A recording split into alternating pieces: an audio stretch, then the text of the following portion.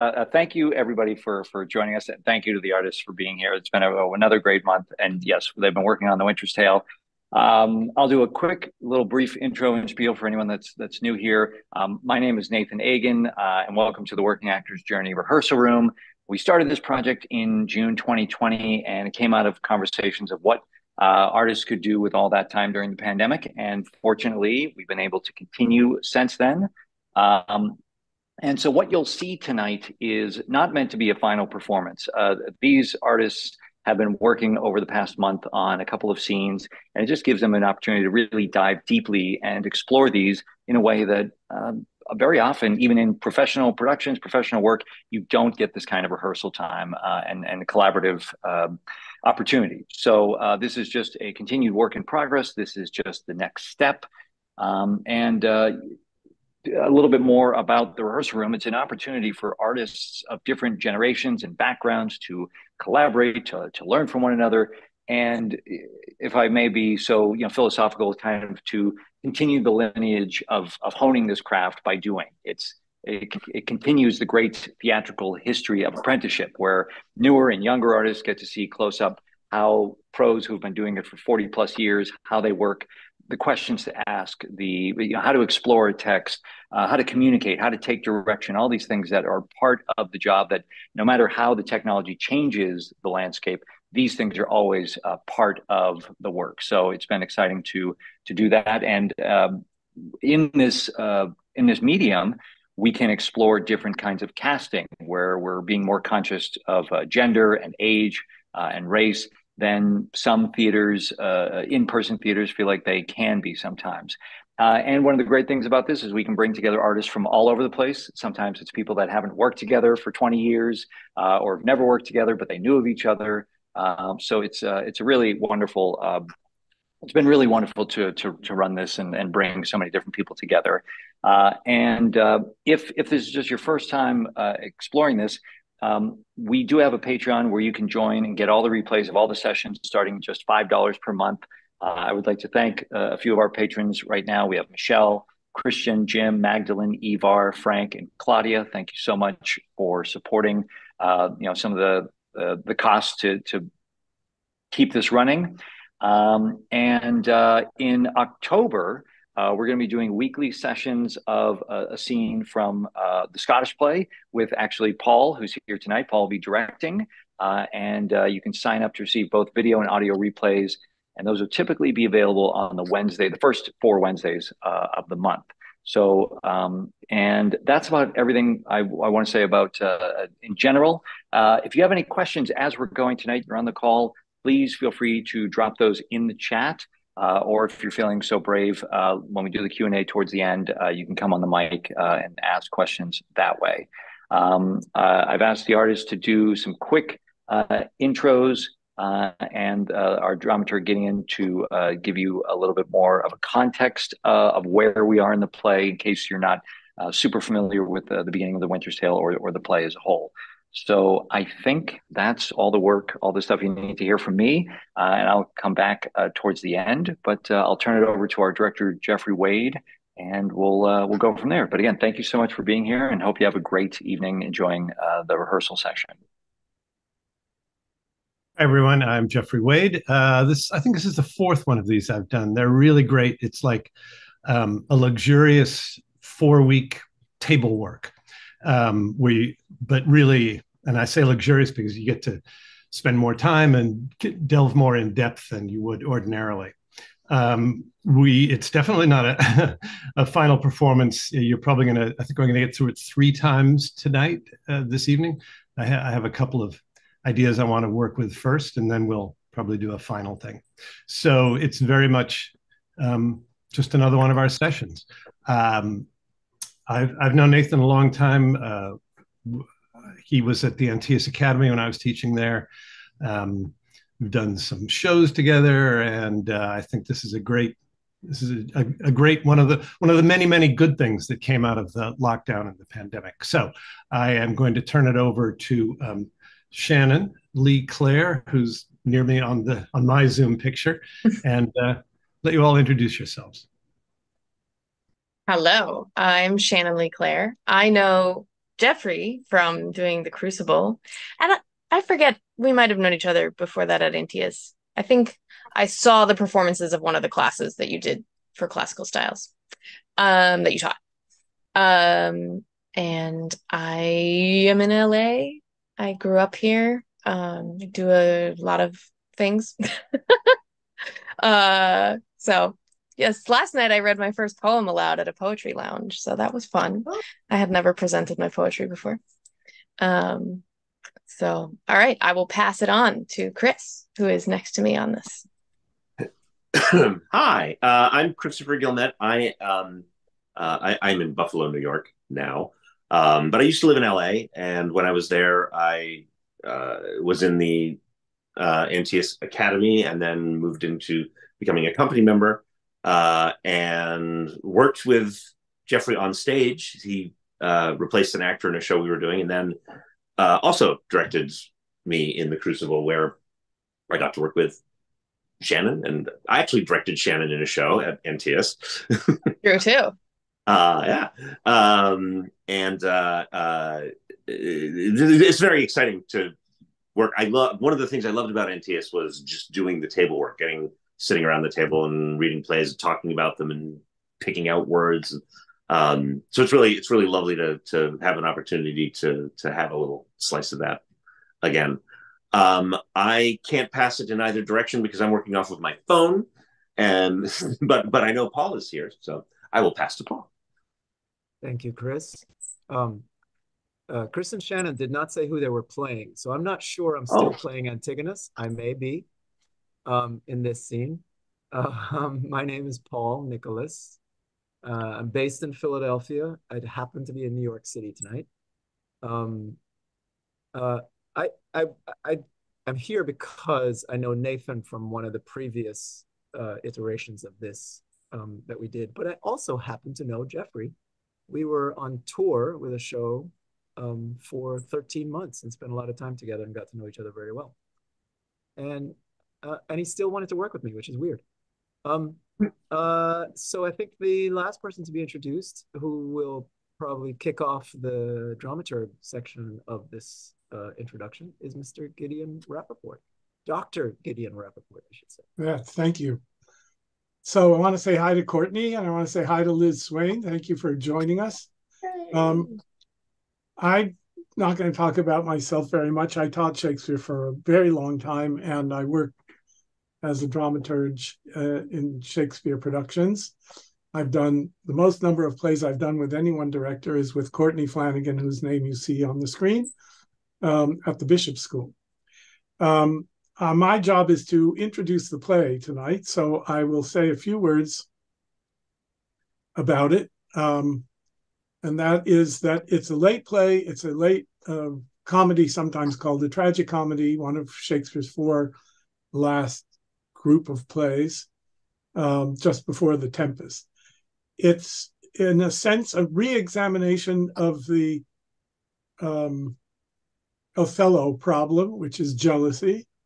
But instead of introducing a character who is a demonic embodiment of jealousy and seduces Othello into jealousy, the jealousy in this play happens instantaneously after everybody is happy, jolly, joyful, and perfectly in harmony. Suddenly, Leontes is attacked by jealousy.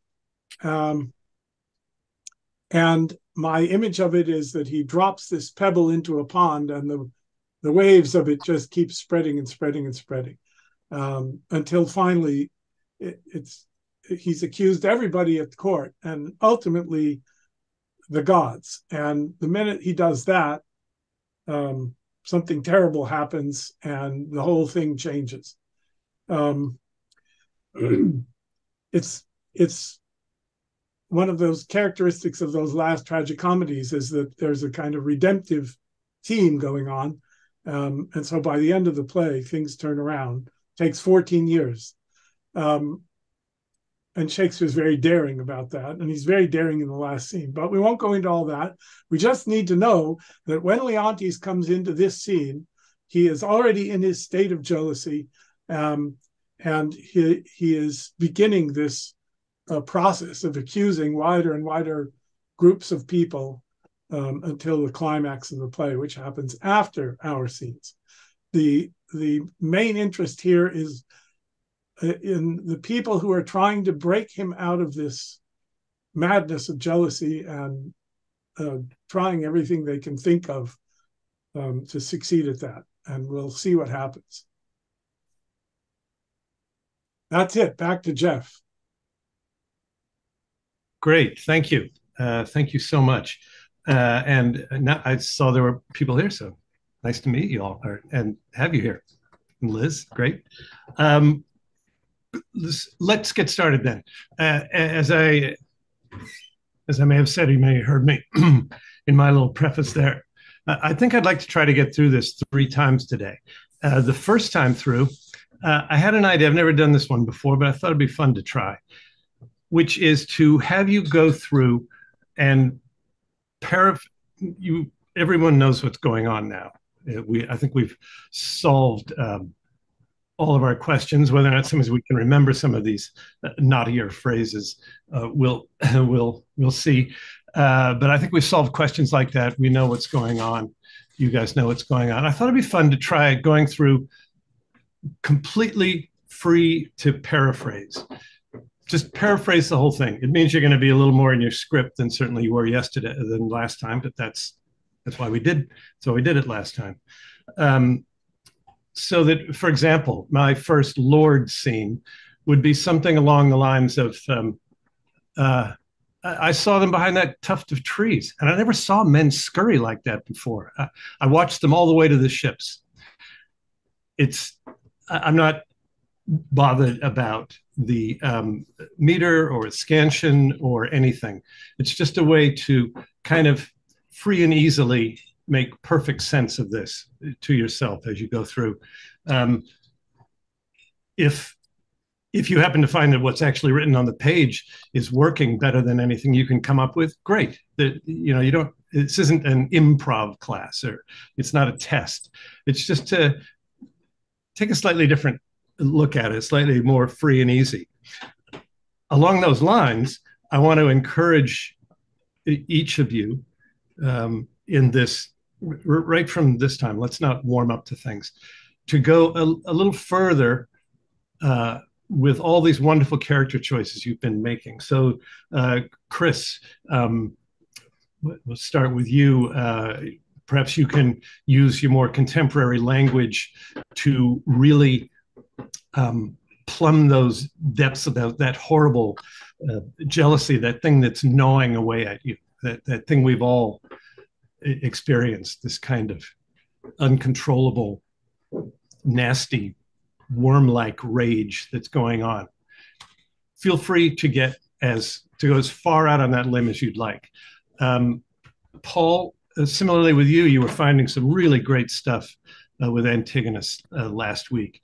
If his,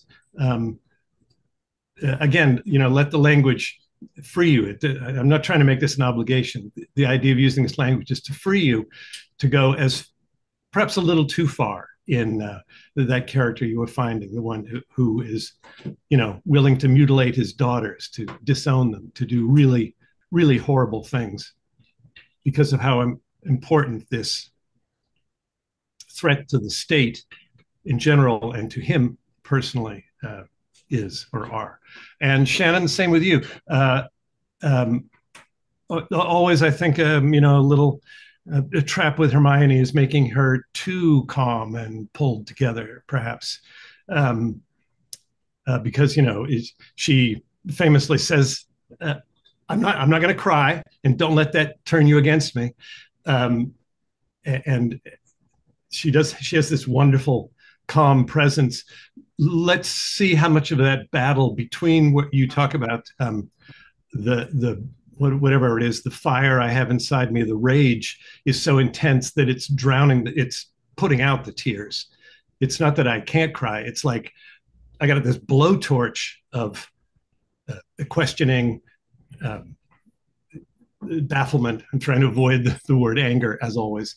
I've got this blowtorch going on, and that's what's putting out the tears. It's not that I don't have tears, right? So that conflict, the more that plays out, the better. And if this time through it gets the better of you and the tears come up, fine, right?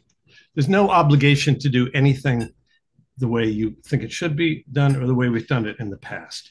And the one last thing I want to do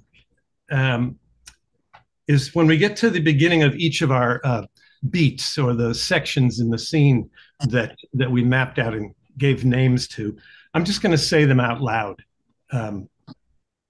For those of you who are watching, I went through and broke up the scene into sections about a page long, whatever that amounts to, usually, I don't know, 35 lines or so. Depends. Sometimes they're short, sometimes they're longer.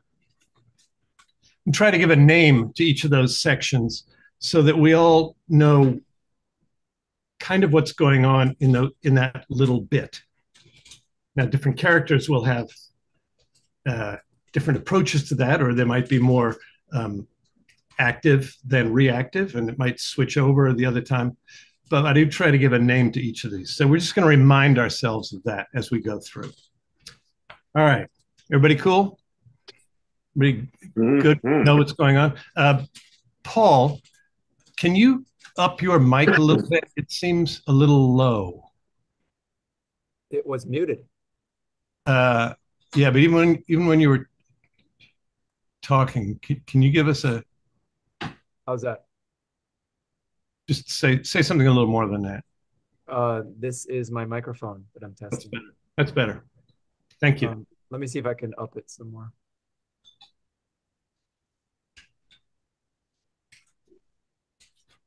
Is that better? Yeah. Okay. Great. So let's start. I call this first section Affirming the Truth.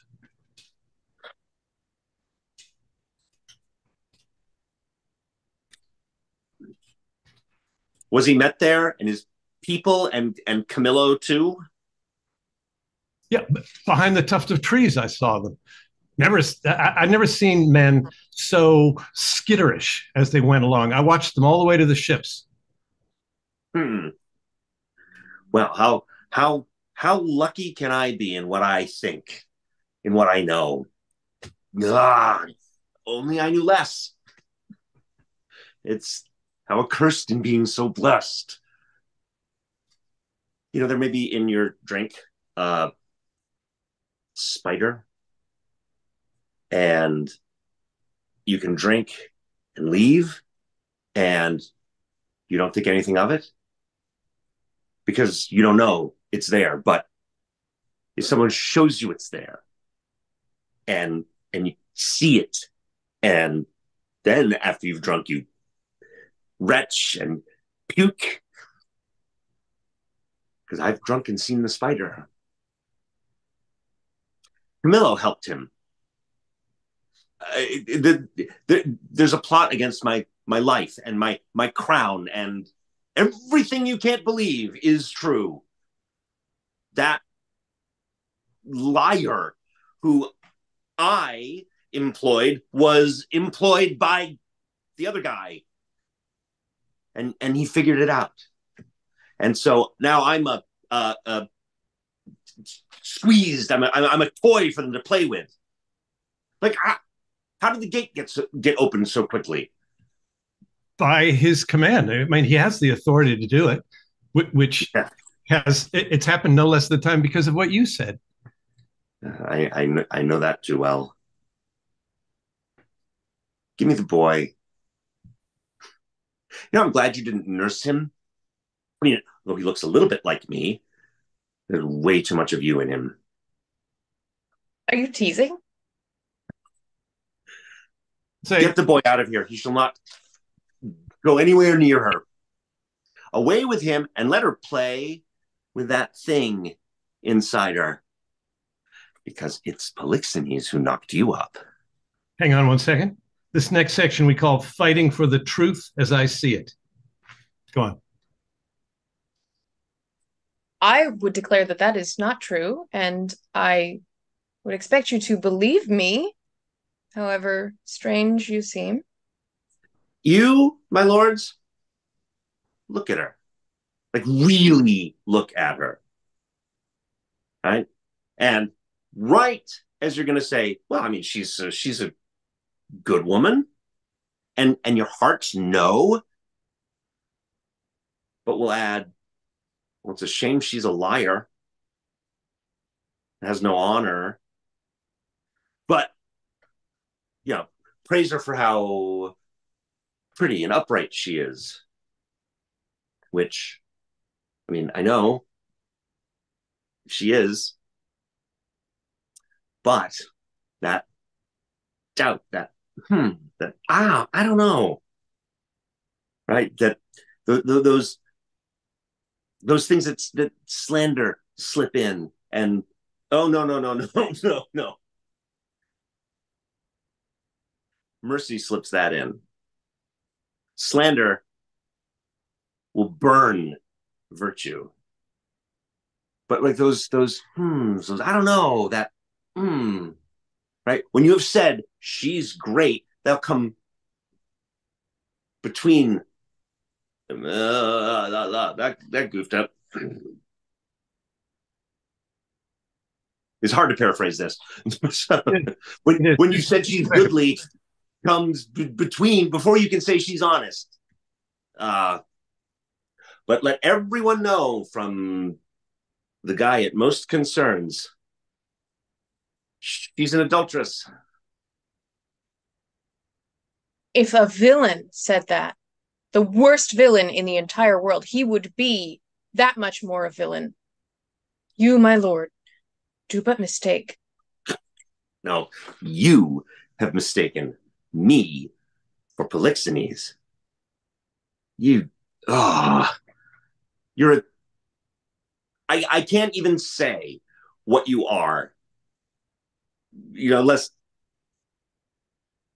the world fall apart and there's no difference between who's high and who's low.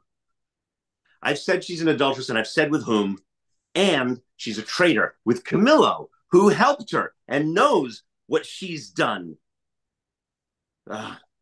And the biggest thing, she's a cheater, and she's the worst cheater. Whores couldn't give her a worse name. Anyway, and she knows how they left. I know none of this. This will make you so grief-filled when you come to clearer knowledge that you have told everyone this. My lord, you scarce can do right by me than to tell them you made a mistake. No. If I've made a mistake in these ideas that I have, then the center's not big enough for a toy. Get her out of here to prison, and anyone who speaks up for her is just as guilty as she is. There is something wrong in this moment, and I will wait it out until there is something right. My lords, I am not prone to crying, as many women are, so perhaps you will find it difficult to pity me, but I have that honorable agony here, which hurts worse than tears. I beseech you all, judge me with your charity. Let your charity lead you. So, let the king's order be carried out. Is anyone going to listen to me? Who can come with me? My women can come with me, because you see my state requires that. Oh, do not weep. There's no reason. Weep for me when you know that I deserve to be in prison. Then weep when I come out. For this action I go on now. This is to cleanse me of a wrong I have not done. Goodbye, my lord. I never wished to see you full of regret, but I trust I will now. My women, come. You have my permission. Go and do what I told you to do. Get out. Your Highness, call the Queen back. Sir, be certain of what you do in case the punishment that you have handed out turns out to be abuse. Abuse against 3 people of high ranking. You, your queen, your son, the prince. You know, for her, I'd lay my life down, and I'll do it. I'll do it if you accept it. I'll lay my life down that the Queen is perfectly innocent in the eyes of heaven. I mean, she's innocent of this that you accuse her of. If I find out she is other than that, I will lash myself to her. I will not trust her farther than I can see her or touch her. For every woman in the world, every inch of woman, every piece of woman in the world is false if she is false. Shut up, both of you. Cut, my lord, please. We're speaking for you on your behalf, not for ourselves. You've been somehow lied to or tricked by somebody, some sort of like trickster that's going to go to hell for it. Man, I wish I knew him. If I knew that trickster, I would curse him right here on earth.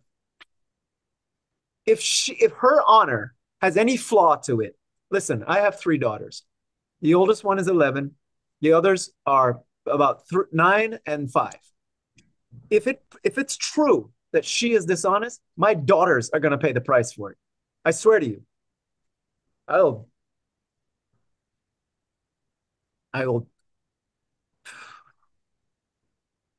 Can you geld a woman?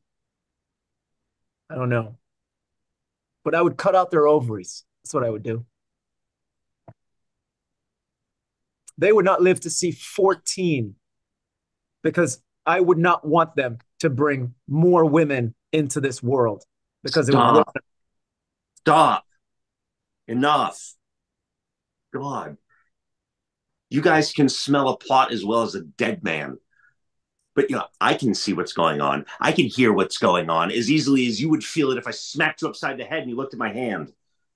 Listen, if that's true, then we don't have to kill and bury honesty because it's already gone. There's none of it across the whole wide world. You can't take my word. Yeah, I wish I could take your word, my lord. Right here. And nothing would make me happier to have her honor true, her honesty, her virtue true, rather than your suspicion. I don't care how much you're blamed for it. Why do I need to talk to you about this instead of follow my own instincts? I'm the king. I don't need your counsel. My being the king lets me do this. And you, stupid or looking stupid because you can't see what's going on, you won't see the truth. You won't inform yourself. I don't need to take your advice. Everything about this, what I lose, what I get, how it works out, it's all on me. And I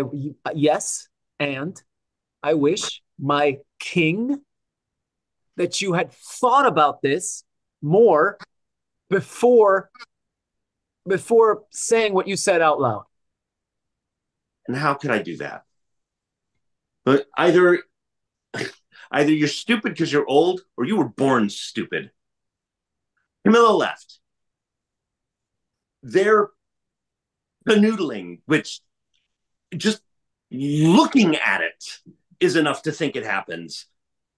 It's like everything else. That's how I know That's why I'm doing this. But to be for a second opinion, because to arrest the queen, something this important, probably shouldn't go off half-cocked. I have sent some messengers to Delphos, to Apollo's temple, Cleomenes and Dion, who you know are good enough. And from the oracle, they will bring a proclamation and some counsel, and whatever the oracle says, I'll do. Good enough? Good enough, my lord. I mean, I know what's going on, and I don't need any more. But what the oracle says will put everyone else, give them peace of mind. Especially those idiots who can't see what's actually going on. But we thought it good as king that she should go to prison so that the plot that they were, I can't think of the word, conspiracy, conniving, they were hatching, she can't do. So, come with me. We have to announce this to the people, and the kingdom will be better off by it. Kingdom will be a laughing stock, the way I see it, if everybody finds out the truth.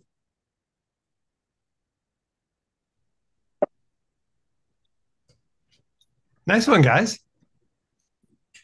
That was harder than it looked. It was hard. It was fun, though. It was, yeah, good. Once I know it was really hard for Leontes, but God, here goes my voice again. There were some really wonderful passages. It was great where you really got on a roll. I only have one small thing I want to say to. When I also realized I forgot to. After the first couple, I forgot to mention all the sections that we had set out. So, but it was going so well, they didn't want to interrupt. I'll put it that way. Chris, I just want to make sure that early on when you say, "'Tis pity she's not honest," that means in a sexual way, not honest in a business kind of way.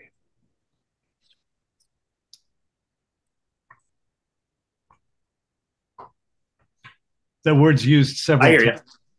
Pardon? I hear you. Yeah. Okay. Good. I wasn't taking honest as specifically as that. I was taking it as more of her global honesty is in question, but I see what you're saying about her. Yeah. It really has to be that. Yeah. Because we're going from honesty to adulteress.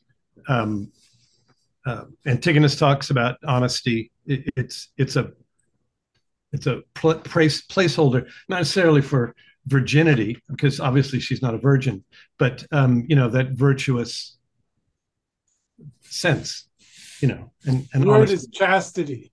Chastity. The old joke is, you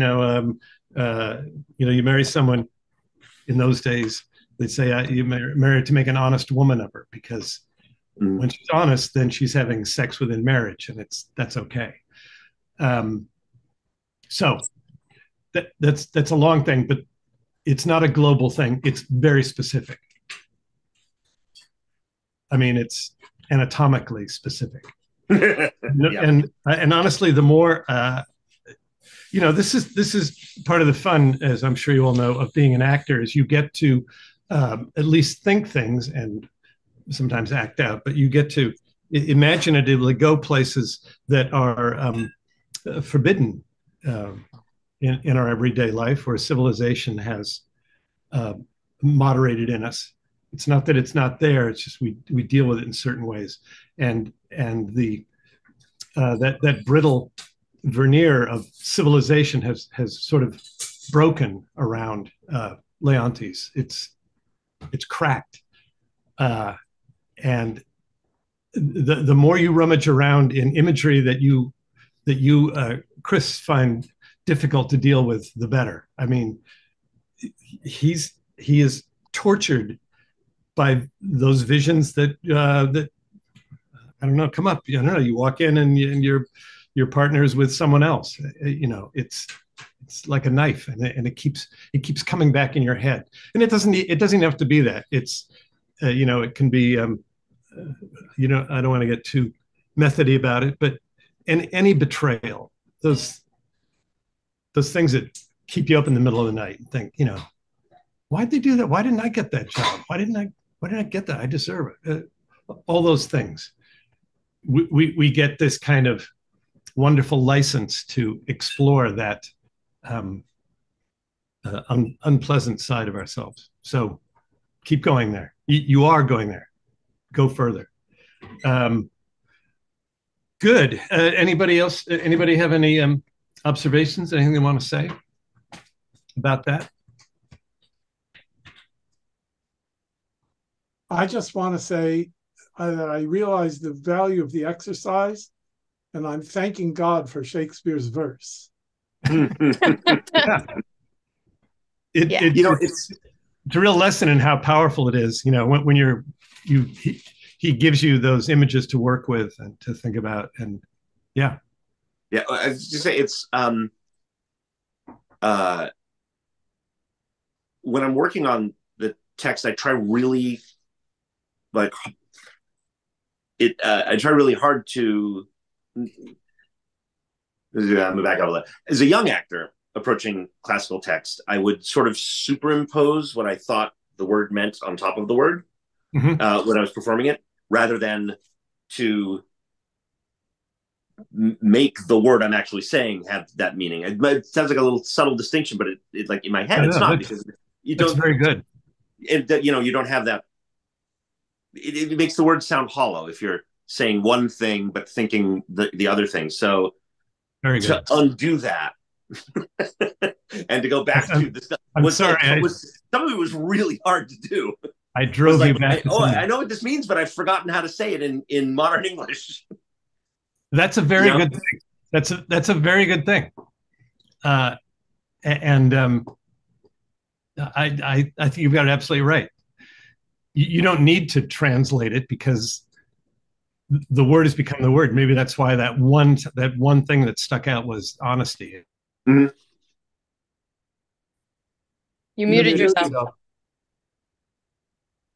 You muted yourself. I muted myself. I've got to stop using my hands so much.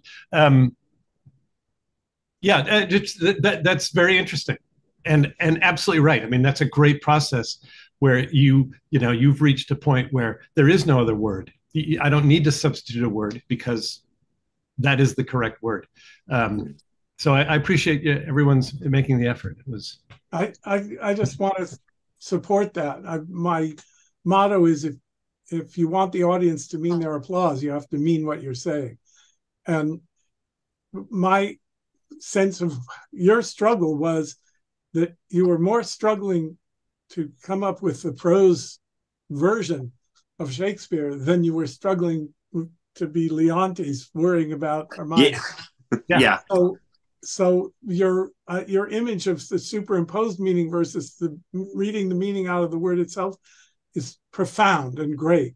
And if we could send that message to every actor of Shakespeare, the level would go up astronomically.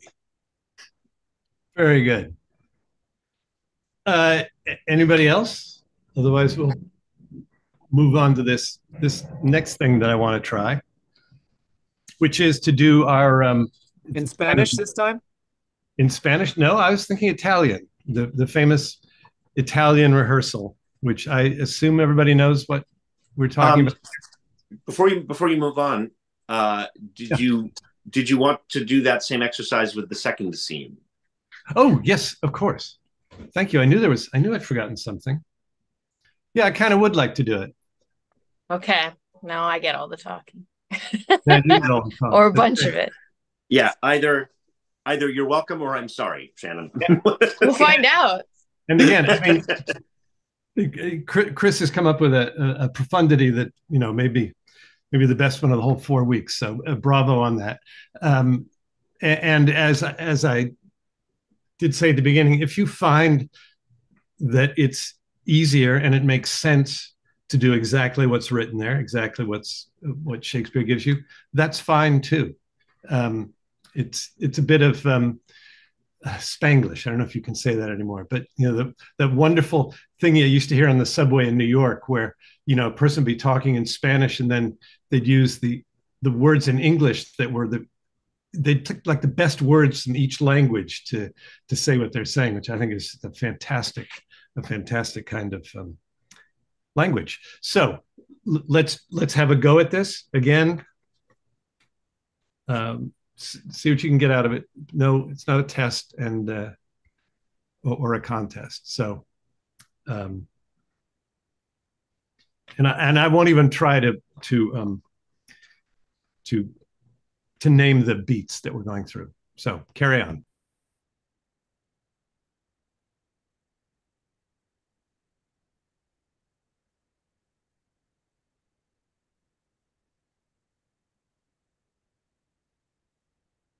I think you have the first line of the scene.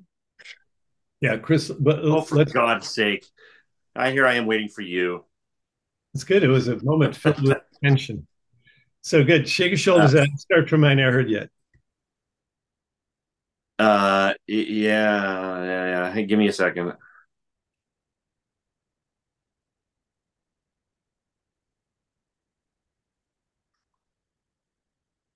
You know what? You know what this exercise is doing for me? It's making me realize that I haven't. This line is still. I'm kind of skating on the top of the line because as I'm looking at it, like, how do I say that? And how do I paraphrase that? And I'm give it a go. And if it takes you, twice as many words to say, it's just have a go at it. Or indeed use the words that are written there if you think it's clearer.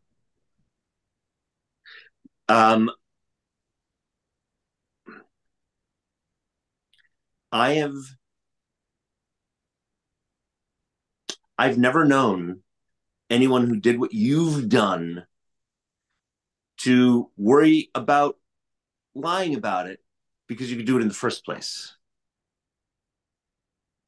That's true, but that's not a saying from me. But you won't own up to it. Or I won't own up to more than my own faults.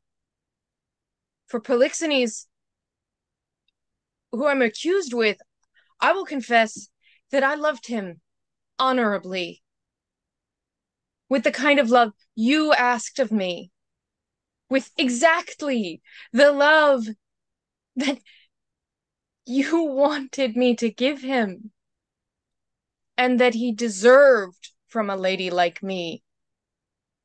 You told me, and I would not disobey you, or be ungracious to you and to your friend, who loved you from the very moment he could possibly speak those words.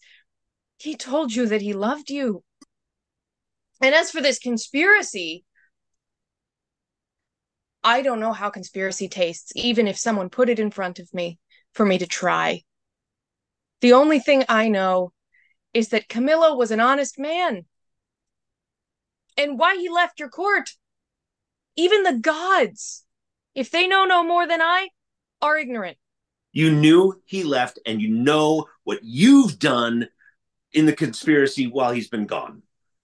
Sir, you speak in a language that I do not understand, and my life, which I will lay down for you, is the target of your dreams. So, what you've done, I dreamt. You had a bastard with Polixenes, and I dreamed that. You're the worst. And everyone who's done what you've done is as bad as you. You're past. You couldn't tell the truth. You couldn't tell the truth to save your life. And just like that bastard that I've kicked out, which, I mean, it doesn't have a father now, and that's way more your fault than it's. You're going to feel our justice. And the best that you can hope for is to die. Oh, well, don't bother to threaten me with that. If you threaten me with that, well, you threaten me with something that I seek. What is life to me?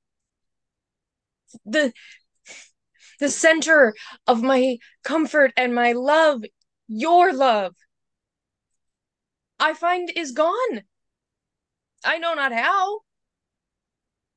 My second joy, the first thing that came out of my body, I am told I cannot see, as if I'm infectious. My third comfort start, most unluckily, cursed from the moment it came out of my body, pulled from me to murder. On every post, I am proclaimed an adulteress, a whore, a strumpet. I am pulled out here from my childbed, the thing that all women, no matter their station, are granted. And I am hurried into this courtroom before I even have strength to stand here. So, my lord, tell me why I should fear to die. Get on with it. But hear this, and I am not speaking for my life, I am speaking for my honor, which I would preserve.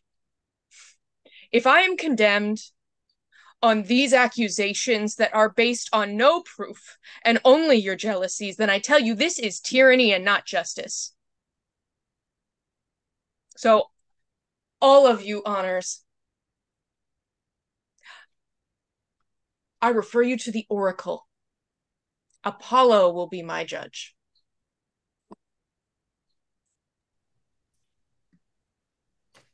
Very nice. Very nice indeed. Again, any questions, comments?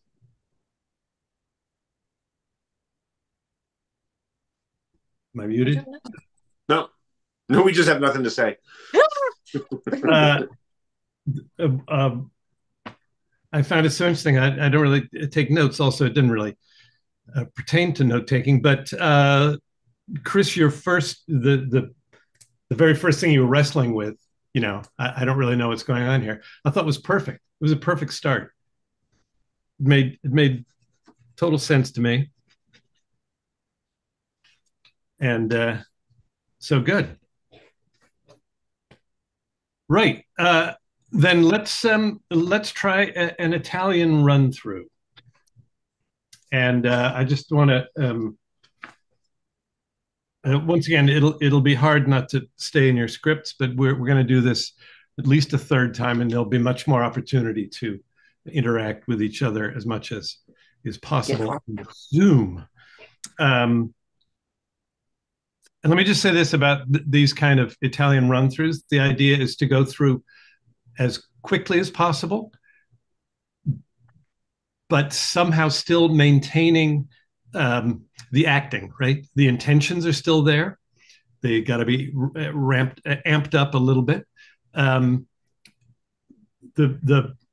pauses and switches we found, I mean, those in particular, there's a couple of missing feet lines, I think, around "Give me the boy" and stuff like that. Those little pauses, take them, but instead of 3 beats, it's 1 beat, just so that you have that moment to refocus your mind. Italian rehearsals I often find frustrating, frankly, because if people are just zooming through by rote, it doesn't really accomplish its task. We're trying to get through as quickly and trippingly on the tongue as possible, but your intentions are still there. They actually have to be more focused. Okay, everybody clear what we're looking for here? Yes. Good. Let me just adjust my script so I can get ready for you. All right, then. Everybody just kind of Do a little seat dance here. Zoom, how I don't miss you. And Chris, whenever you're ready. Was he met there? Is train Camillo with him?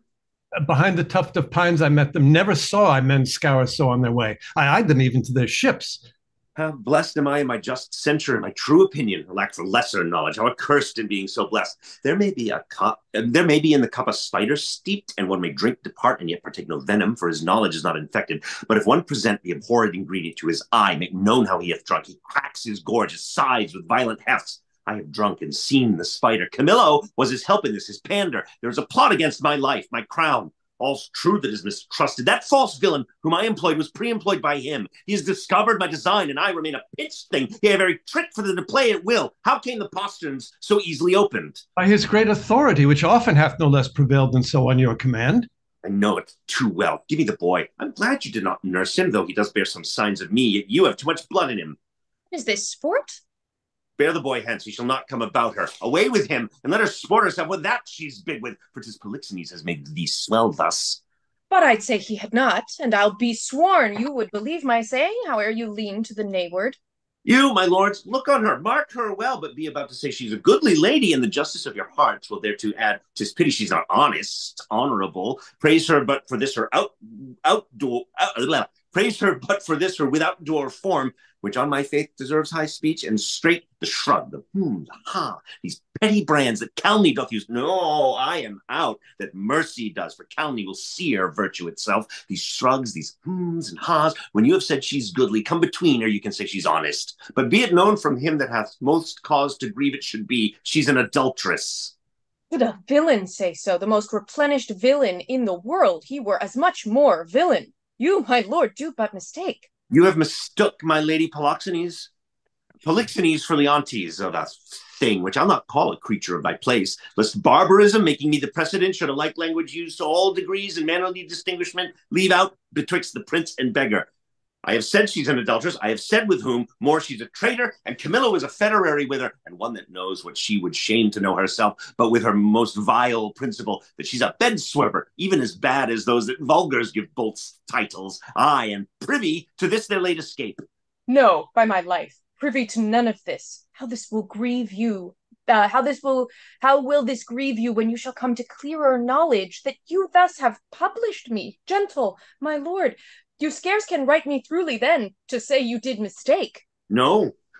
If I mistake in those foundations which I have built upon, the center is not big enough to bear a schoolboy's top. Away with her to prison. He who shall speak for her is afar off guilty, but that he speaks. There's some ill planet reigns. I must be patient till the heavens look with an aspect more favorable. Good my lords, I am not prone to weeping, as our sex commonly are, the want of which vain dew, perchance, shall dry your pities, but I have that honorable grief lodged here, which burns worse than tears drown. Beseech you all, my lords, with thoughts so qualified as your charities shall best instruct you, measure me. And so the king's will be performed. Shall I be heard? Who is that goes with me? Beseech your highness, my women may be with me, for you see my plight requires it. Do not weep, good fools. There is no cause. When you shall know your mistress has deserved prison, then abound in tears as I come out. The action I now go on is for my better grace. Adieu, my lord. I never wished to see you sorry. Now, I trust I shall. My women, come. You have leave. Go, do our bidding, hence. Beseech your highness, call the queen again. It's certain what you do, sir, lest your justice prove violence, in the which three great ones suffer, yourself, your queen, your son. Her, my lord, I dare my life lay down, and will do it, sir, please you to accept it, that the queen is spotless in the eyes of heaven, and to you. I mean, in this which you accuse her. If it proves she's otherwise, I'll keep my stables where I lodge my wife. I'll go in couples with her. Then when I feel and see her, no farther trust her. For every inch of woman in the world, aye, every dram of woman's flesh is false if she be. Hold your peaces. Good my lord. It is for you we speak, not for ourselves. You are abused, and by some putter on that will be damned for it. Would I knew the villain, I would land damn him. Be she honor flawed. I have 3 daughters. The eldest is 11, the second and the third 9, and some 5. If this prove true, they'll pay for it. By mine honor, I'll geld them all. 14 they shall not see to bring false generations. They are co-heirs, and I had rather glib myself than they should not prove. Than they should not produce fair issue. Peace, no more. You smell this business with a sense as cold as a dead man's nose, but I do see it and feel it as you feel, doing thus, and see with all the instrument that feels. If it be so, we need no grave to bury honesty. There's not a grain of it, the face to sweeten of the whole dungy earth. What lack I credit? I had rather you did lack than I, my lord, upon this ground, and more it would content me to have her honor true than your suspicion. Be blamed for it how you might. Why, what need we commune with you in this, but rather follow our forceful instigation? Our prerogative calls not your counsels, but our natural goodness imparts this, which if you, or stupefied or seeming so in skill, cannot or will not relish a truth like us, inform yourselves, we need no more of your advice. The matter, the loss, the gain, the ordering on't is all properly ours. And I wish, my liege, you had only in your silent judgment tried it without more overture. How could that be? Either thou art more ignorant with age, or thou wert born a fool. Camillo's flight, added to their familiarity, which was as gross as ever touched conjecture, that lacked sight only, not for approbation, but only seeing, all other circumstances make up to the deed, doth push on this proceeding. Yet for a greater confirmation, for in an act of this importance, 'twere most piteous to be wild, I have dispatched in post to sacred Delphos, to Apollo's temple, Cleomenes and Dion, whom you know of stuffed sufficiency.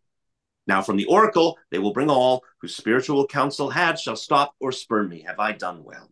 Well done, my lord. Though I am satisfied and need no more than what I know, yet shall the oracle give rest to the minds of others, such as he whose ignorant credulity will not come up to the truth. So have we thought it good, from our free person she should be confined, lest that the treachery of those two fled hence be left for her to perform. Come, follow us. We are to speak in public, for this business will raise us all. The laughter, as I take it, if the good truth were known.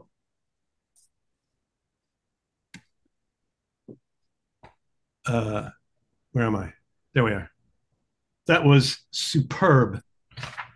Let's not talk about it and go on to the second scene. Yes. No, I was going to start speaking, and then I realized I should ask Shannon if she's ready. I am. Well, great. Let's me and Paul leave, and off you go. All right. I ne'er heard yet that any of these bolder vices wanted less impudence to gainsay what they did than to perform it first. That's true enough, though 'tis a saying, sir, not due to me. You will not own it. More than mistress of which comes to me in name of fault I must not at all acknowledge. For Polixenes, with whom I am accused, I do confess, I loved him as in honor he required, with such a kind of love as might become a lady like me, with a love even such so and no more as yourself commanded. Which not to have done, I think, had been in me both disobedience and ingratitude to you and toward your friend, whose love had spoke, even since it could speak from an infant freely, that it was yours. And now for conspiracy, I know not how it tastes, though it be dished for me to try how. All I know of it is that Camillo was an honest man, and why he left your court, the gods themselves, wotting no more than I, are ignorant. You knew of his departure, as you know what you have undertaken to do in his absence. Sir, you speak a language that I understand not. My life stands in the level of your dreams, which I'll lay down. Your actions are my dreams. You had a bastard by Polixenes, and I but dreamed it? As you were past all shame, those of your fact are so past all truth, which to deny concerns more than avails. For as thy brat hath been cast out, like to itself no father owning it, which is indeed more criminal in thee than it, so thou shalt feel our justice, in whose easiest passage look for no less than death. Sir, spare your threats. The bug that you would fright me with I seek. To me can life be no commodity, the crown and comfort of my life your favor I do give lost, for I do feel it gone, but know not how it went. My second joy, the first fruits of my body, from his presence I am barred like one infectious. My third comfort starred most unluckily is from my breast the innocent milk in its most innocent mouth, hailed out to murder. Myself on every post proclaimed a strumpet, with immodest hatred the childbed privilege denied, which longs to women of all fashion. Lastly, hurried here to this place in the open air before I have got strength of limit. Now, my liege, tell me what blessings I have here that I should fear to die. Therefore proceed. But hear this, mistake me not, no life, I prize it not a straw, but for mine honor, which I would free, If I shall be condemned upon surmises, all proof sleeping else, what your jealousies awake, I tell you, 'tis rigor and not law. Your honors all, I do refer me to the oracle. Apollo be my judge. Man, I love doing these things because y'all are so good. I have a couple things I want to say, but let's let you guys go first. I mean, any reactions, feelings, discoveries, likes, hatreds? Go. Chris, start.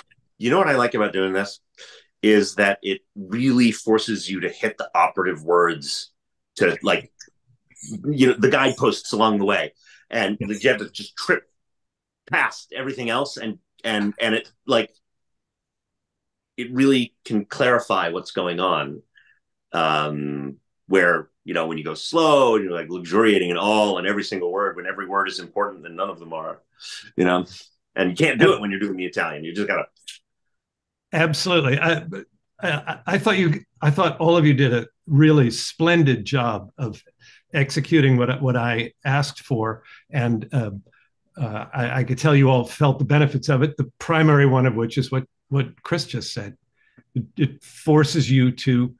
I think he even said trippingly. It's Hamlet's instructions to the players. You trip through it. The audience gets it. We understand. You understand it, so we understand it. Even when it's slightly thinking is slightly convoluted, and we hear what you're saying. So great, Chris. Great observation. Anything more? Anybody else? Anybody? I've got a couple notes. Okay, let me just put in a few, and then I'll let you go. What did I write here? This whole first thing, how blessed am I in my just censure, my true opinion. I just wrote a big good over the first half of that. It was terrific. Here's a good example in Leontes' speech where he says, praise her but for this. Ooh, that's one of those joke lines. Praise her but for this, her without door form, which on my faith deserves high speech. The way you made that a parenthetical clause was great. I mean, you basically threw it away, but it's a great little character thing. It's like, say she's pretty, she is fucking pretty. That fucking just makes me even madder. And then you get back to the main thing. It was a great little illustration of how useful this can be. What were you going to say? Well, I mean, I don't see it as, and it makes me mad that she's so pretty. That's a little bit, and I still fucking love her. Whatever. I'm not. It's like I still think she's beautiful. She's like all of this, and what hurts is that I still want her. I still excellent. That's exactly right. And it's all right. It's all in there. That's exactly the one place I get to say it. Exactly. Good. It's great. Absolutely. Well, I wrote a little later on. You say, do you say but no? You say I accidentally said no instead of I am out. I just made it no. Oh, make as much of that as you did when you said no. You went no. You can do the same thing. I mean, that's why he writes. That's why he gives you an O. Yeah. Often, young actors in particular, they try to skirt them, but you must embrace it. And the way you embrace that was fantastic. Oh no! Wait a minute! I made a mistake. That's great. Don't do my reading, but no. Feel free to exactly embrace, like that. Feel free to embrace the O's. That was great. Let's see, is there anything else? Around around like 110. What should she shame to know herself? But what she should shame to know herself, but with her most vile principle that she's a bed swerver. The way you hit vile and bed swerver was fantastic. Again, the way you use bed swerver, it conjured up a picture, which is what we want. We don't want words, we want those images, right? Which was great. Hermione, I circled burns and drown. That was great. You really picked that antithesis out there. And I like the way you connect. You helped us see that it's with thoughts so qualified, measure me. So I'm just trying to give you guys props for all these good things that you did.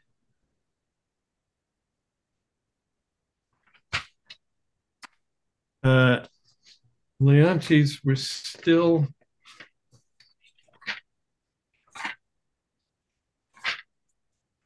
Sorry.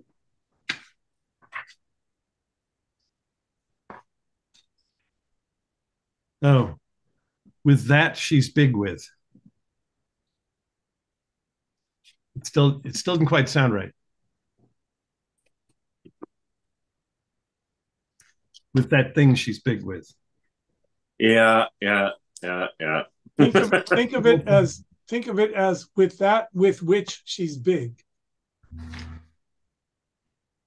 Oh, damn it, there was some other.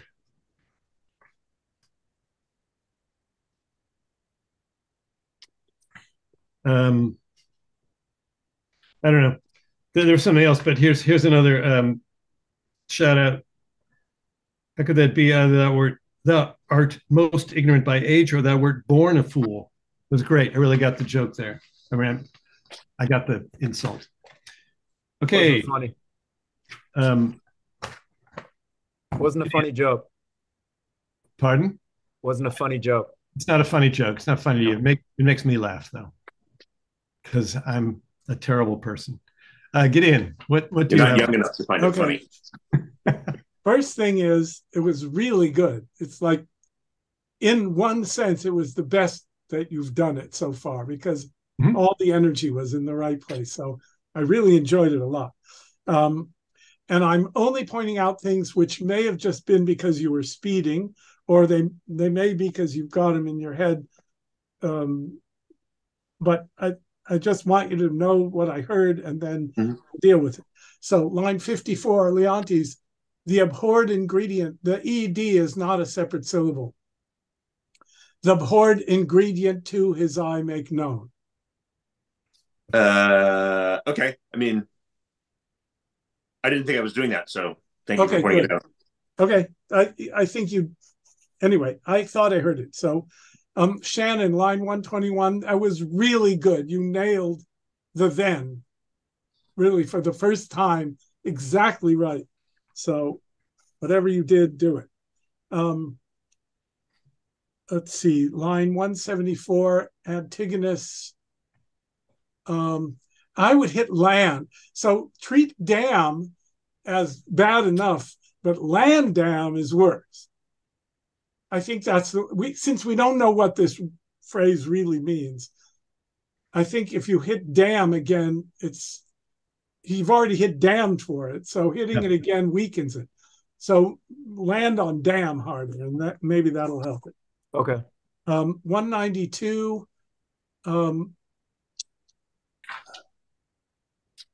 Oh no, this is Geoffrey. Yes. You hit the did. I want you to hit the you to make the antithesis. I'd rather you did lack than I. What you said is, I'd rather you did lack than I. Oh, did I? That's a mistake. I know. Just calling your attention. Rather you did lack than I, my lord. Yes. Yeah. 210. Leontes, you said more, and it's most ignorant. Either thou art most ignorant. You with me? Yep. Okay, next scene, line 63. Oh, Shannon, when you did your paraphrase, you said due to me meant coming from me. I just want to make sure that you get that it means applying to me. It's a true saying, but it doesn't apply to me. Yeah? Yeah. Okay. That was based on the paraphrase from before. So line 114. Oh, you left out the word alive. That's just because you were doing it so fast. And lastly, 122, I would go not on do, but refer.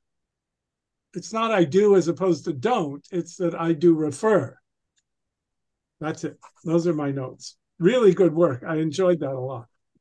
It shows you all the work and thought that you've put into this over the last 3 weeks is gelling, and it's there in the performance. So, bravo. My salon, yeah, just terrific. Everything that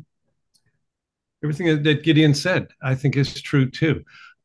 Let's do it one last time, and keep the energy and that wonderful forward motion you got in this Italian, this need to make your points, this need to make your accusations stick, Leontes, or this need to save the world as you see it, Antigonus, or Hermione, your struggle just to know what's going on. And then when you find a place to stand, it's like you're standing on an island in the midst of these snapping alligators of accusations. You know, when you find a place, stand there. But that's a drive too. There's nothing relaxed about it. It's something you have to try to understand and then take your action, which is to go to prison, still asserting your place. So all these things are actions that you're trying to accomplish. Nobody retreats in this at all, with the possible exception of that one lord who says, "Yeah, great, you did very well, my lord." That's me. So let's do it again. And by the way, Geoffrey, that's just not a nothing line. When you say he did well, you're very relieved because you trust the oracle. Yes. And you're hoping that, as you guys have not been able to do, which is correct, Leontes, the oracle will. And Hermione reinforces that at the end when she says, "I refer me to the oracle." So don't think of your line as just a throwaway. It's not. Thank you. Good. So let's take a last go at this. It's so difficult on Zoom. I 100% recognize that. See if we can both combine the urgency and the trippingly spoken quality of the Italian one that we've just done with connecting as much as possible with your scene partner. Try to see what's going on with her or him. So if you don't pick up a line immediately, it's not the end of the world. Again, not a performance. The connection now is our last little bit of frosting on this delicious cake you've made. Great. Once again, do a little chair dance, shake it out a little bit, and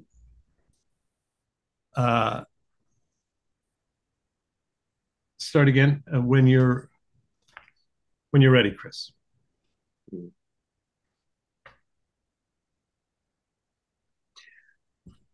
Was he met there? His train, Camilla with him? Behind the tuft of pines I met them. Never saw I men scour so on their way. I eyed them even to their ships. How blessed am I in my just censure, in my true opinion. Alack for lesser knowledge. How accursed in being so blessed. There may be in the cup a spider steeped, and one may drink, depart, and yet partake no venom, for his knowledge is not infected. But if one present the abhorred ingredient to his eye, make known how he hath drunk, he cracks his gorge, his sides with violent hefts. I have drunk and seen the spider. Camilla was his help in this, his pander. There's a plot against my life, my crown. All's true that is mistrusted. That false villain whom I employed was pre-employed by him. He has discovered my design, and I remain a pinched thing, yea, a very trick for them to play at will. How came the postern so easily opened? By his great authority, which often hath no less prevailed than so on your command. I know it too well. Give me the boy. I'm glad you did not nurse him. Though he bears some signs of me, yet you have too much blood in him. What is this? Sport? Bear the boy hence. He shall not come about her. Away with him, and let her sport herself with that she's big with. For 'tis Polixenes has made thee swell thus. But I'd say he had not, and I'll be sworn you would believe my saying, howe'er you lean to the nay word. You, my lords, look on her. Mark her well. Be but about to say she's a goodly lady, and the justice of your hearts will thereto add, 'tis pity she's not honest, honorable. Praise her but for this, her without-door form, which on my faith deserves high speech, and straight the shrug, the or ha, these petty brands that calumny doth use. Oh, I am out, that mercy does, for calumny will sear virtue itself. These shrugs, these and ha's, when you have said she's goodly, come between ere you can say she's honest. But be it known, from him that has most cause to grieve it should be, she's an adulteress. Should a villain say so? The most replenished villain in the world, he were as much more villain. You, my lord, do but mistake. You have mistook, my lady, Polixenes for Leontes. Oh, that thing, which I'll not call a creature of thy place, lest barbarism making me the precedent should a like language used to all degrees and mannerly distinguishment leave out betwixt the prince and beggar. I have said she's an adulteress. I have said with whom. More, she's a traitor, and Camillo is a federary with her, and one that knows what she should shame to know herself, but with her most vile principle that she's a bed swerver, and even as bad as those that vulgars give bolts titles. Aye, and privy to this their late escape. No, by my life, privy to none of this. How will this grieve you, when you shall come to clearer knowledge that you thus have published me, gentle my lord? You scarce can write me throughly then, to say you did mistake. No. If I mistake in those foundations which I build upon, the center is not big enough to bear a schoolboy's talk. Away with her to prison. He who shall speak for her is afar off guilty, but that he speaks. There's some ill planet reigns. I must be patient till the heavens look with an aspect more favorable. Good my lords, I am not prone to weeping, as our sex commonly are, the want of which vain dew perchance shall dry your pities. But I have that honorable grief lodged here, which burns worse than tears drown.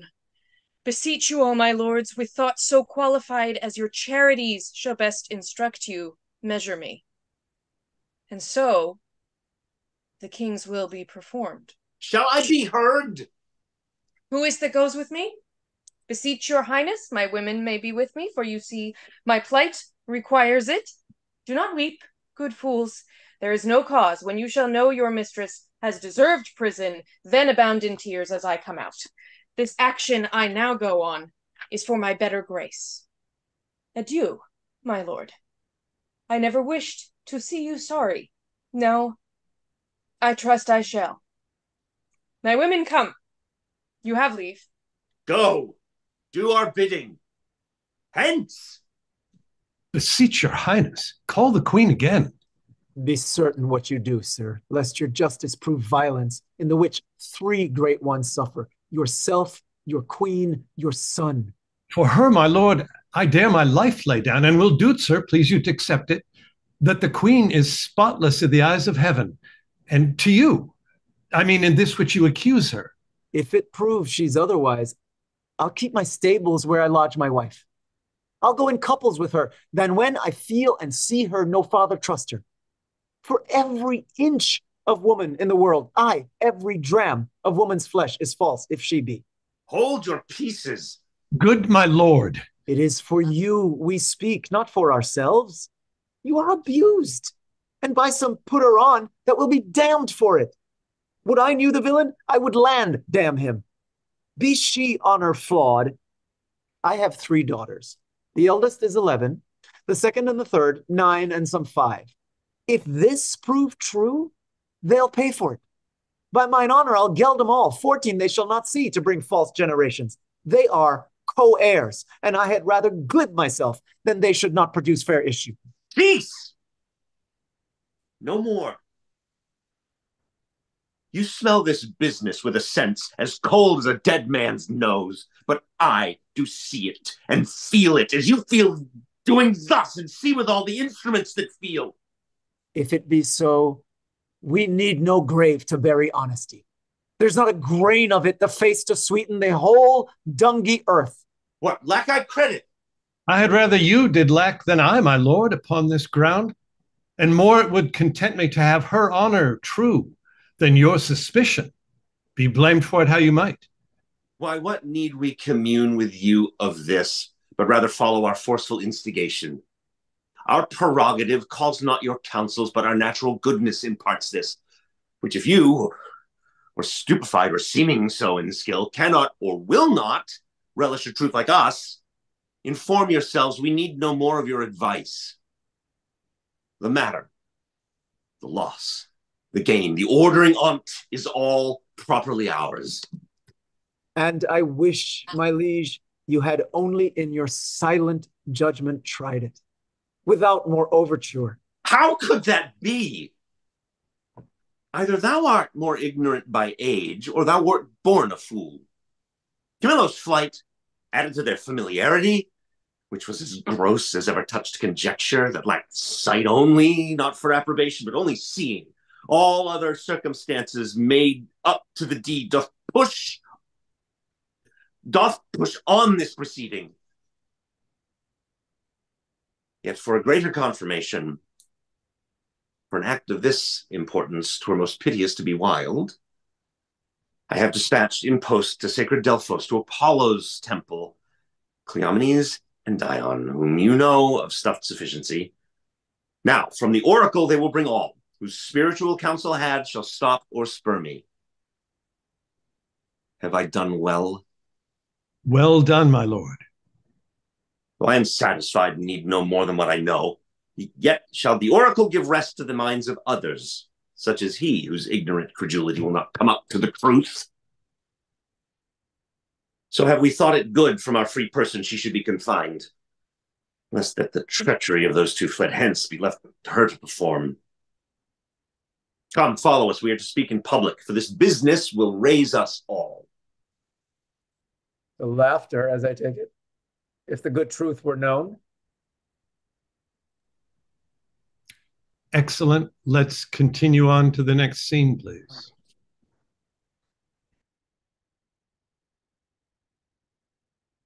I ne'er heard yet that any of these bolder vices wanted less impudence to gainsay what they did than to perform it first. That's true enough, though 'tis a saying, sir, not due to me. You will not own it!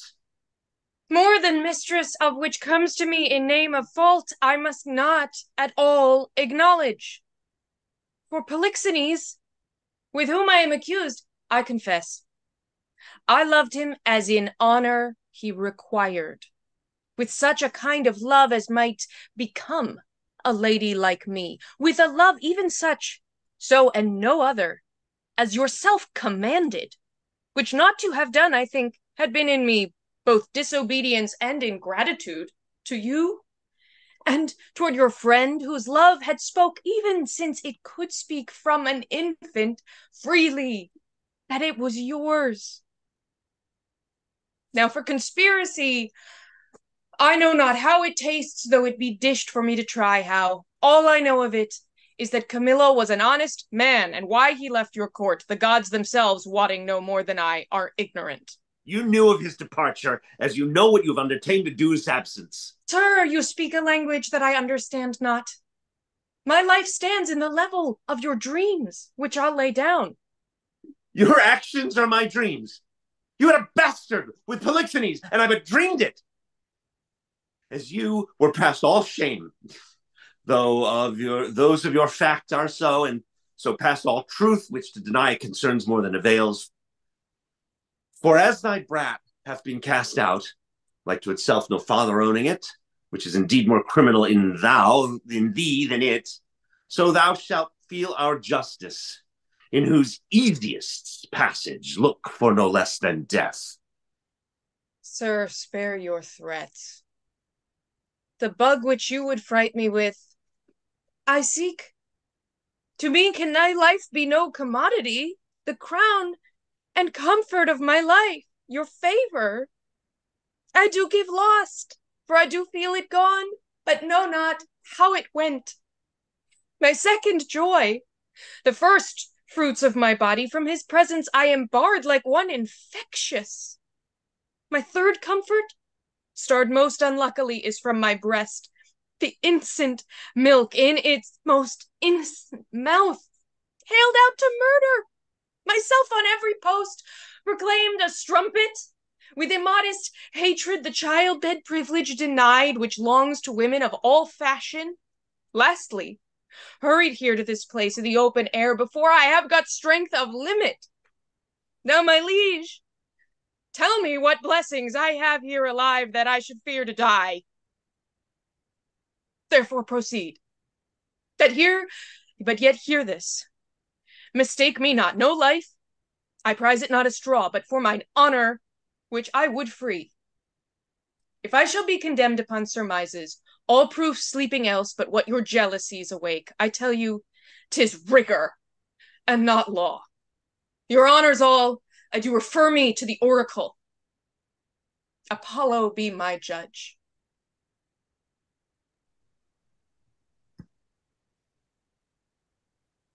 Well, that was lovely, start to finish. I'm not going to say anything more. We got about 20 minutes in case people who are watching or not have any questions. Nathan, you still there? You still with us? Nathan has been enjoying every moment of this. Each version was just so different, and kudos that you guys got so many runs in such a short period of time. It's great. But I loved what each approach brought to the scene. It was and you guys have already talked and discussed a little bit about it, so I won't rehash everything. But as a fly on the wall, it was really fascinating to feel like I'm understanding the scene a little bit better, whether you're paraphrasing or doing an Italian run or bringing all that together. So that's really exciting for me as an audience member. Not living with these characters as deeply as each of you are, but still feeling like I'm really following this and really becoming very engaged in what's going on. So yeah, no, it was great, wonderful work.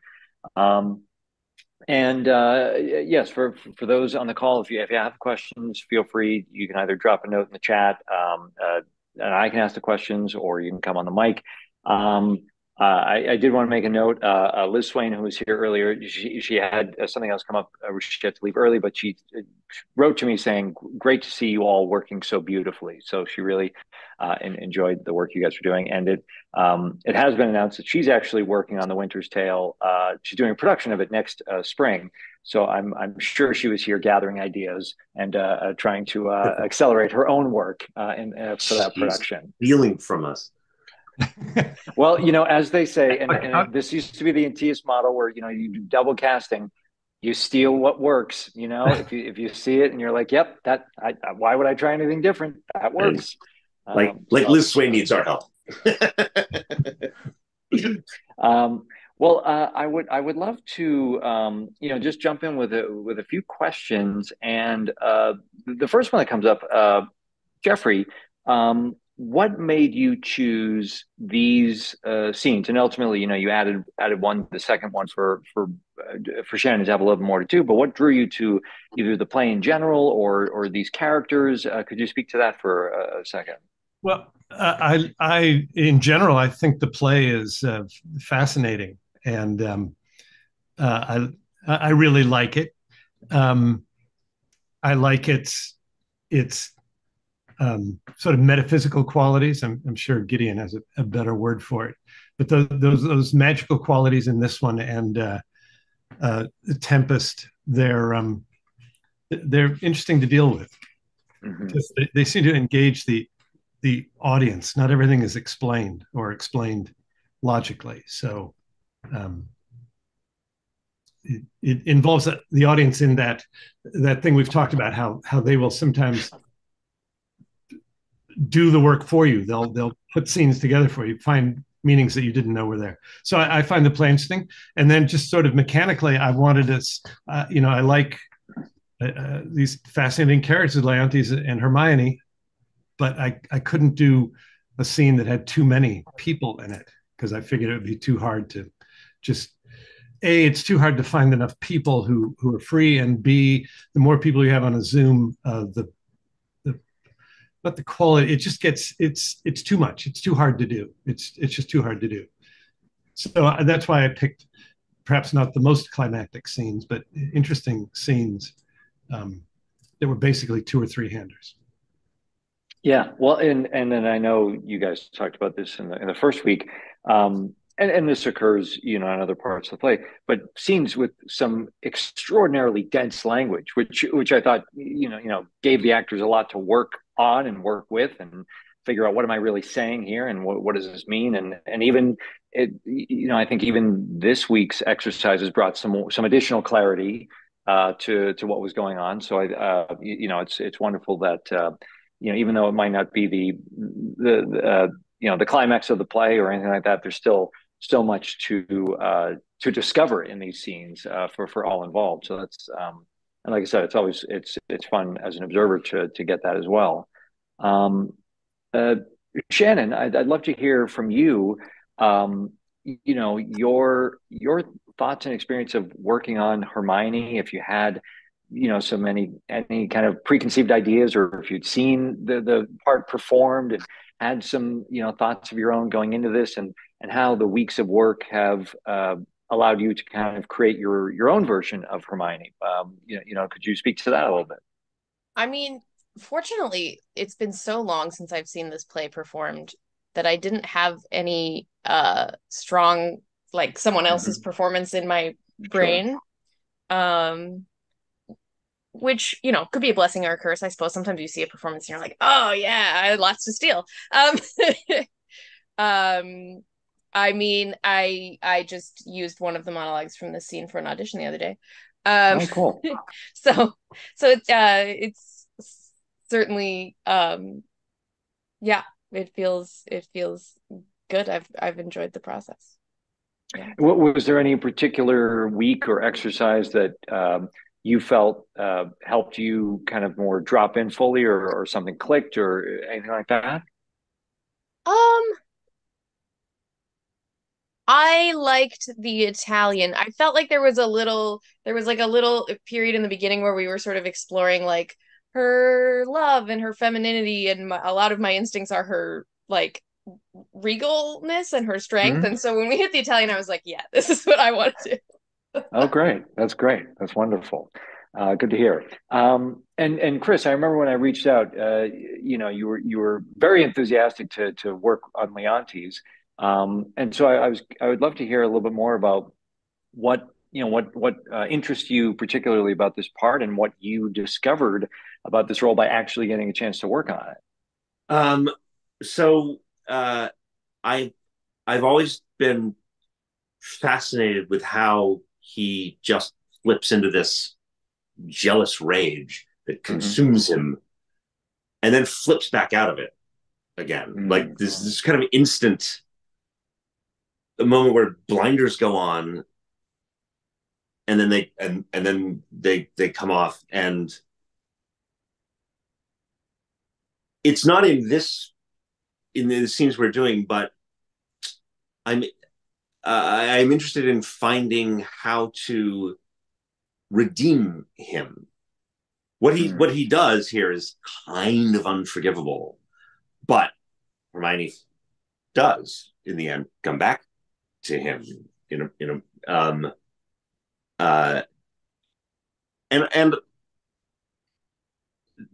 I have perhaps experienced in my life some similar like instant blind jealousies, especially in my youth, and it's always fun, as Jeff said earlier in the session, it's always fun to sort of poke at bits of you that aren't necessarily okay to express in day-to-day life or in the real world, or to sometimes poke at something like, oh, I know I have this in me, let's pull on this string and see what comes out. And that was certainly happening in this scene. It was kind of fun to see how deep I could get into that feeling. Very cool. Very cool. No, and thank you for sharing, you know, how personal it became for you to work on the character. I really appreciate hearing that.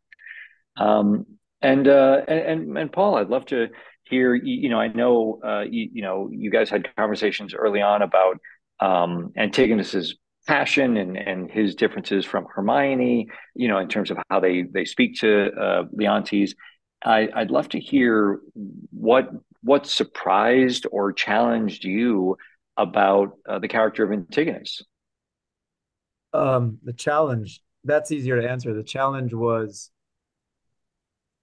trying to remember my position in the court and my relationship to him, and doing my best, Antigonus doing his best to keep his passion in check, and to keep his anger in check, because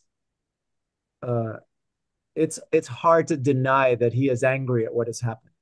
He has so much respect for Hermione and so much reverence for her and an admiration for her and her honor, that he is angry by what has happened. He's ashamed, he's angry, but he has to try to keep it in check as much as possible because he is talking to the king.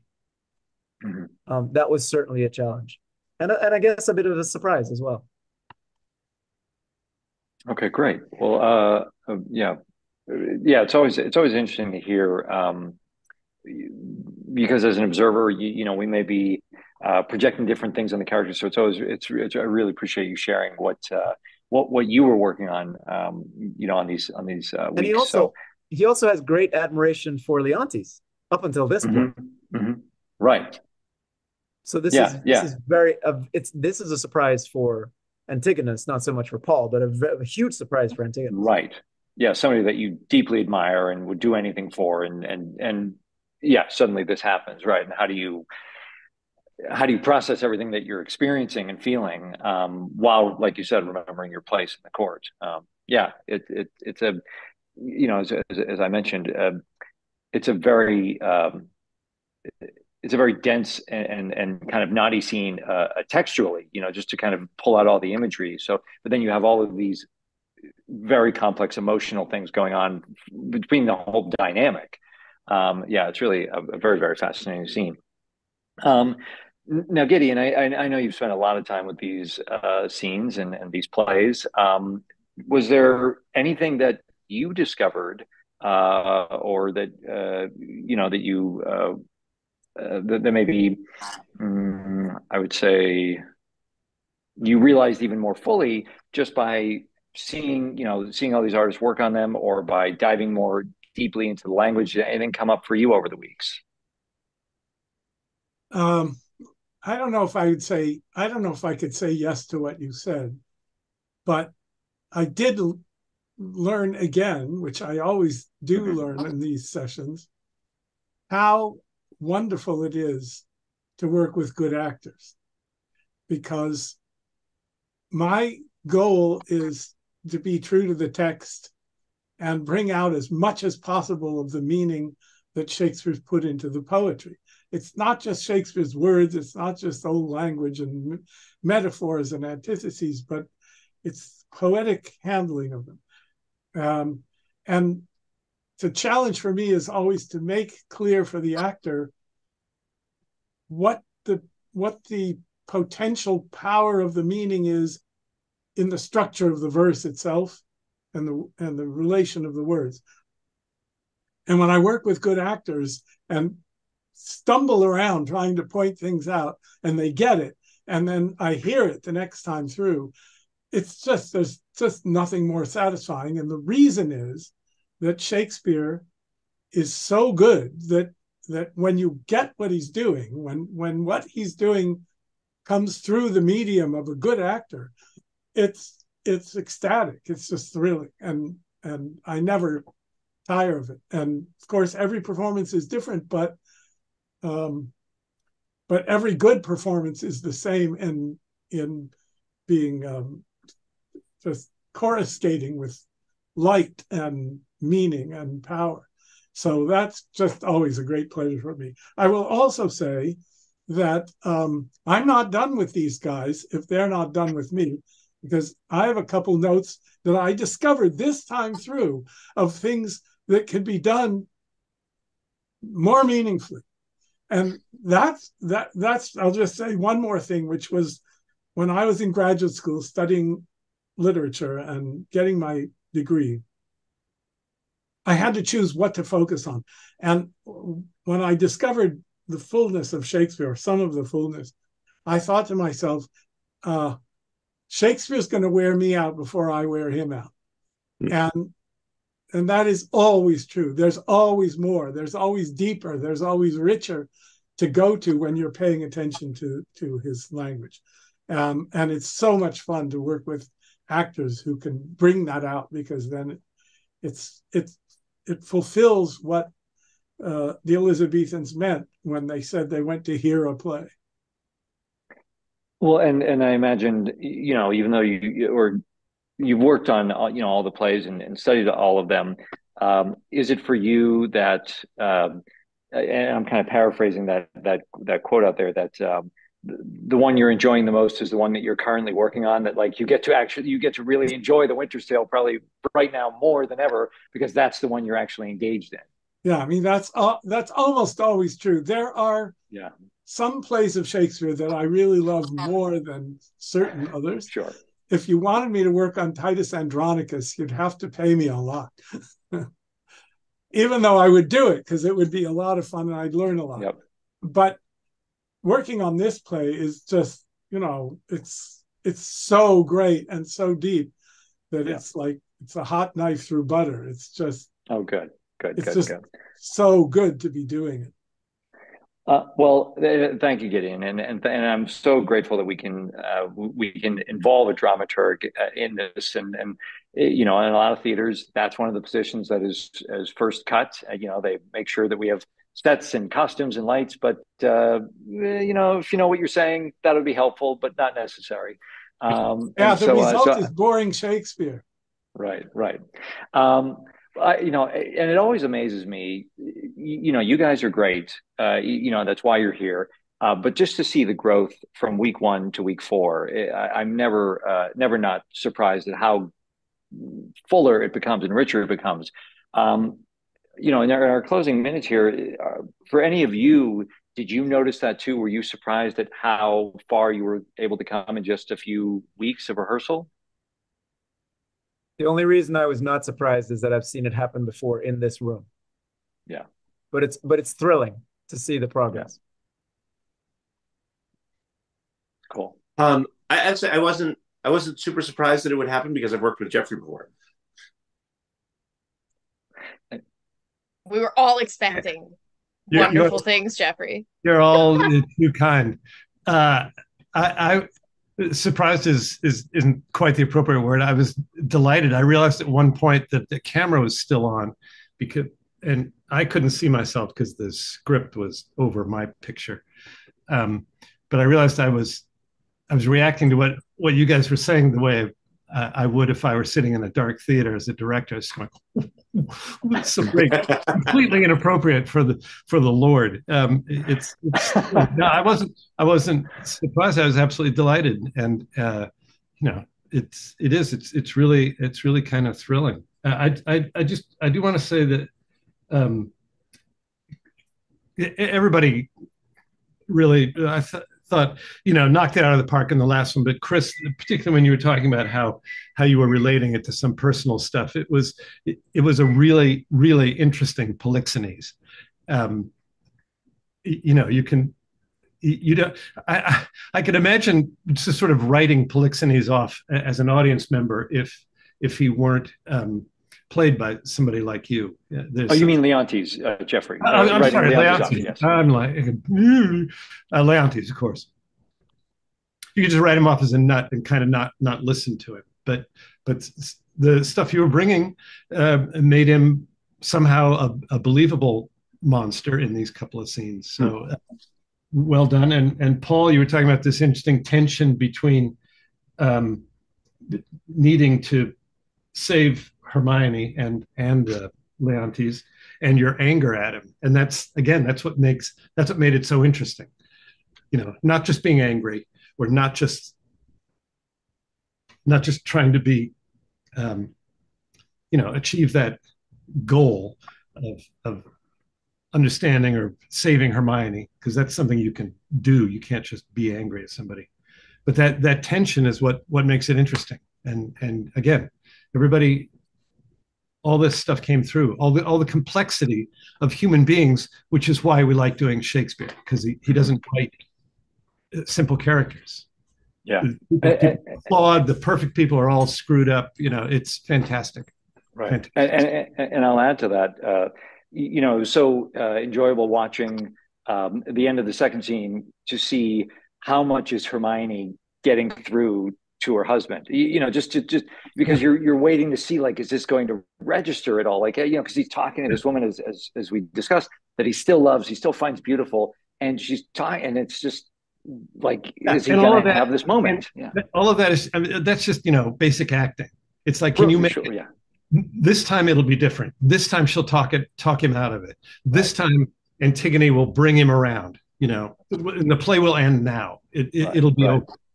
This time. And when you get people like this, it's like, it sounds like she's going to convince him. No. Right. Well, it's fun. It's basic acting. We watch a play that we know backwards and forwards, essentially. Yeah. You know exactly what's going to happen. And you still wonder if this time it'll be different. Yeah. It was great. Shannon, just once again, because I sort of left it out. But the way you went from that first line, what is this, sport? Like, are you kidding? To your last speech, that was a great arc. It's there was some bafflement in there. There was some who the fuck do you think you're talking to in there? It was great. But I hope that my comment earlier did not imply that, like, oh, why did we spend all that time exploring her feminine side and her love? No, that was all helpful. Feminine side. No. I mean, it's all part of the deal. But in the end, again, the other sort of acting thing that I always try to remember when I'm on stage is put off knowledge of what's going on as long as possible. That's why the scene goes on for 100 lines instead of 50. It takes that long for the realization to hit, or the penny to drop, or and whether it's drama or comedy, that's what it always has to be. Yeah. And the irony is, you called it basic acting, but it's some of the hardest acting to do. And you actually have an impact on the other person. All the rules are fairly simple. It's the execution that's always kind of hard. Yeah. Well, this has been great. Thank you guys so much for your time. I will kind of end the public portion of our presentation and our final session here this evening. So thank you again so much for being here. Just another quick plug. We start again next week with the Scottish play. Paul will be directing a scene from Macbeth. You can be sure to send out information via email if you'd like to be part of our Patreon and support that and get the replays of each week. Very excited for that scene coming up. And so we hope to see you back here for another session in the near future. Again, thank you so much to all the artists, everybody on all of the artists. If you guys can just stay put, those in attendance, you can either drop off the call or I'll send you back to the lobby. We don't need to call it the waiting room. But thank you again so much, and you have a great night. And we'll see you again some other time in the rehearsal room.